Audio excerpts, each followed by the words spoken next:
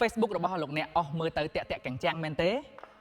វាលែងជាបញ្ហាទៀតហើយយើងចូលទៅសម្អាតនៅក្នុង Facebook ទាំងអស់គ្នាអញ្ចឹងយើងធ្វើការចូលក្នុង Facebook ទាំងអស់គ្នាមកបាទបន្តមកទៀតយើងមើលមកខាងលើនៅខាងឆ្វេងដៃសញ្ញាតេ3ហើយខ្ញុំចុចលើវាមកបាទដល់តែដៃយើងមើលមកខាងក្រោមកន្លែងពាក្យថា Setting and Privacy ចុចលើវាទៀតមកបាទមកដល់តែនេះយើងមើលមកខាងលើបាទពាក្យថា Setting នេះចុចលើវាមក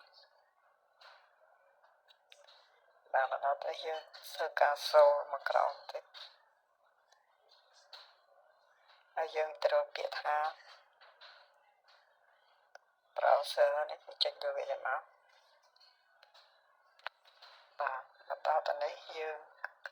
ឃើញមានពាក្យថា clear ចុចលើវាមកខាងលើគេបាទបន្តមកទៀតយើងចុចខាងពាក្យថា clear អញ្ចឹងឃើញថាយើងអស់ទៅលេងសូវទៀតដូចមុនហើយអញ្ចឹងវីដេអូនេះមានតែប៉ុណ្្នេះទេអរគុណច្រើនសម្រាប់ការតាមដានជួយចុច like share និង subscribe channel នេះមួយផងដើម្បីទទួលបានវីដេអូចំណេះដឹងថ្មីៗជាច្រើនបន្ថែមទៀតអរគុណច្រើន